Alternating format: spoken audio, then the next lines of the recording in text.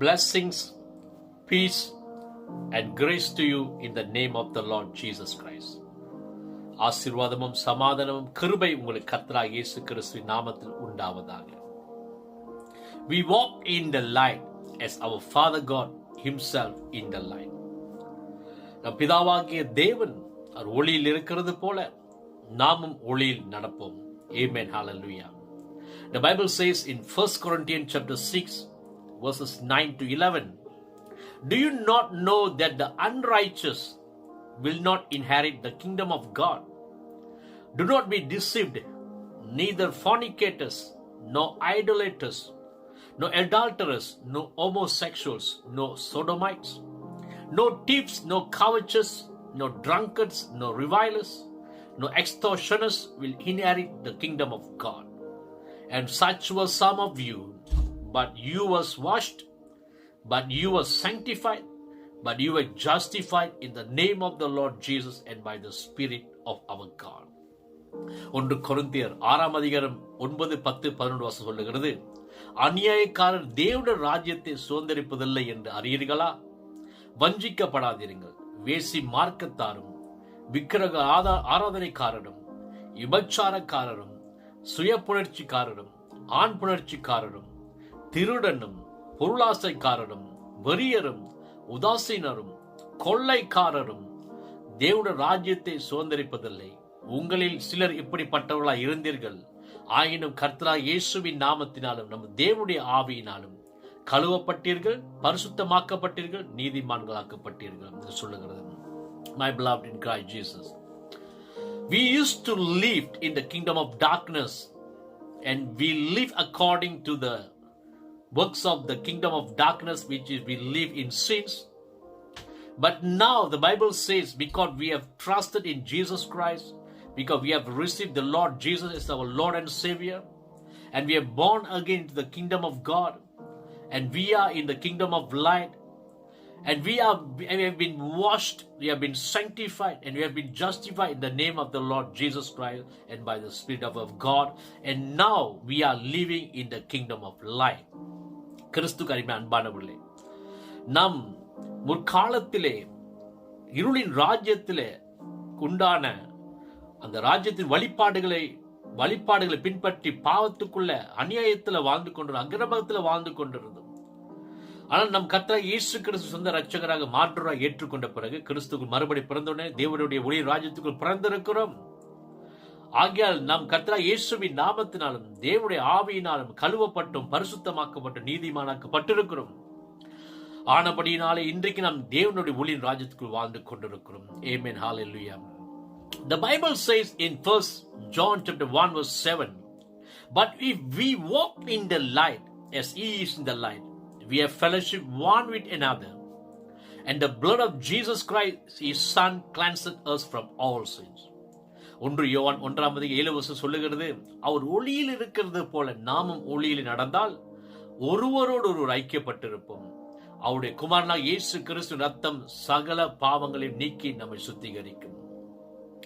The Bible says, but if we really, truly, we are living and walking in the light as our heavenly Father God himself is in the light, we have unbroken fellowship with one another. And the Bible says, the blood of Jesus Christ, his son, cleanses, removes us from all sin and guilt.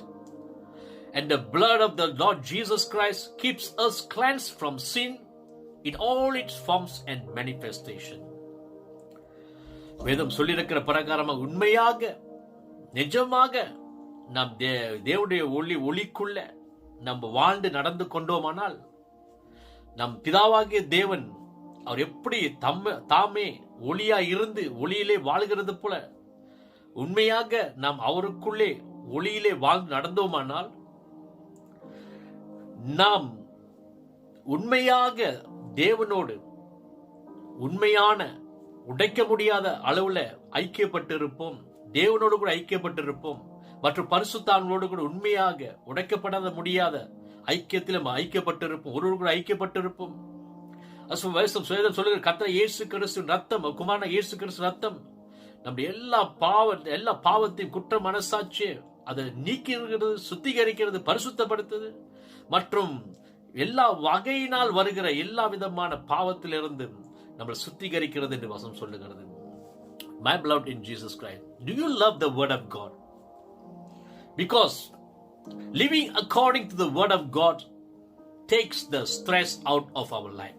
கிறிஸ்துவுக்கு அருமையானவர்களே, நீங்க தேவனுடைய வார்த்தையை நீங்க அன்பு கூறுகிறீர்களா? தேவனுடைய வார்த்தையில நம்ம அதை சொல்லுகிற பிரகாரம் நம்ம வாழும் பொழுது நம்ம வாழ்க்கையில் இருக்கிற எல்லா அழுத்தங்களை அதை நீக்கி போடுகிறது, எடுத்து போடுகிறது நம்ம அறிந்து கொள்கிறோம். It takes the struggles out of Christianity. கிறிஸ்துவத்தில் இருந்து வாழ்ந்து கொண்டிருக்க நாம் இதிலிருந்து இருக்க எல்லா விதமான போராட்டத்தை நம் வாழ்க்கையை நீக்கி போடுகிறது, எடுத்து போடுகிறது நம்ம அறிந்து கொள்கிறோம். The Bible says we doesn't need to be sin conscious because in Christ we are constantly purified. நம் கிறிஸ்துவுக்குள் தொடர்ச்சியாக நம்ம பூரணப்படுத்தப்பட்டு சுத்திகரிக்கப்பட்டிருக்கிறபடி நம்ம பாவ உணர்வோடு வாழ தேவையில்லை.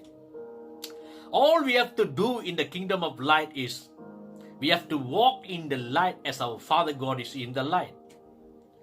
If we do as the word of God says, the blood of Jesus Christ cleanses us from all sin. நாம் வாழ்க்கையில் செய்ய வேண்டியது என்னவென்றால், பிதாவாகிய தேவன் ஒளியில் இருக்கிறது போல நாம் ஒளியில் நடந்தால், அவர் சொல்லுகிற பிரகாரம் வார்த்தையின் பிரகாரம் நாம் நடந்தால், அவர் குமார இயேசு கிறிஸ்து ரத்தம் சகல பாவங்கள் நீக்கி சுத்திகரிக்கிறதா இருக்கிறது. The blood of Jesus Christ cleanses us from all sin. இயேசு கிறிஸ்து ரத்தம் எல்லா பாவத்திலும் நம்ம சுத்திகரிக்க வல்லமை உள்ளதா இருக்கிறது. It is a constant purification process. இது தொடர்ச்சியான சுத்திகரிப்பினுடைய ஒரு விஷயமா இருக்கிறது, தொடர்ச்சியான ஒரு சுத்திகரிப்பினுடைய ப்ராசஸா இருக்கிறது நம்ம அறிந்து கொள்கிறோம். Why is this necessary? ஏன் இது நமக்கு மிக மிக அவசியம்?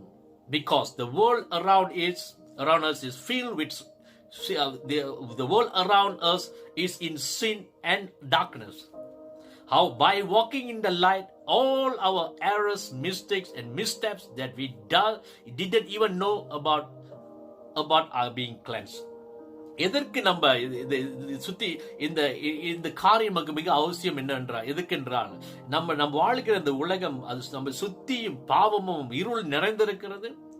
நம்ம ஒளியில நடக்கும் பொழுது நமக்கு தெரியாத சில வேளை நம்ம செய்த மிஸ்டேக், நம்ம செய்த தவறுகள், நம்ம எடுத்து வைத்த தவறு அடிகளை அது சுத்திகரித்து கழுவக்கூடியதா இருக்கிறது. So we must be sure that we are functioning and walking in God's light, and God's light is His word. ஆகையால் நம்ம எப்பொழுதும் தேவனுடைய ஒளிக்குள்ளே நம்ம செயல்பட்டு வாழுகிறதற்கு நம்ம மிக மிக மிக தீவிரமாக இருக்கணும், உண்மையா நிஜமா இருக்க வேண்டும். ஏன்னா தேவனுடைய ஒளி அது தேவனுடைய வார்த்தையா இருக்கிறது. Remember what Jesus said in John chapter 15 verse 3. He said, "You are cleansed and pruned already because of the word which I have given you, the teaching I have discussed with you." யோவான் 15:3 இயேசு கிறிஸ்துவின் சொன்ன வார்த்தை நினைவு கூறுவோமாக அவர் சொல்லுகிறார், என்னுடைய வார்த்தையினால் இப்பொழுது சுத்தமானீர்கள் என்று அவர் சொல்லியிருக்கிறார். அவர் நம்மோடு பேசின வார்த்தையினால, இயேசு சொல்லுகிறார் சீஷரிடத்துல, நான் உங்களிடத்துல டிஸ்கஸ் பண்ண பேசின வார்த்தையினால நீங்க சுத்தமா இருக்கீங்க, பரிசுத்தமா இருக்கிறீங்க, தூய்மையா இருக்கிறீங்க என்று சொல்லுகிறார். Now the word of God also, Jesus always is speaking through His word and He is cleansing us by His word. இயேசு கிறிஸ்து அனுதினம் நம்முடைய வார்த்தையை பேசிக்கொண்டு நம்மளை சுத்திகரித்து பரிசுத்தப்படுத்திக் கொண்டே இருக்கிறார். The word of God is a cleanser and it purifies. தேவனுடைய வார்த்தை அது நம்ம சுத்தம் பண்ணக்கூடியதா இருக்கிறது, அது சுத்திகரிக்க கூடியதா இருக்கிறது.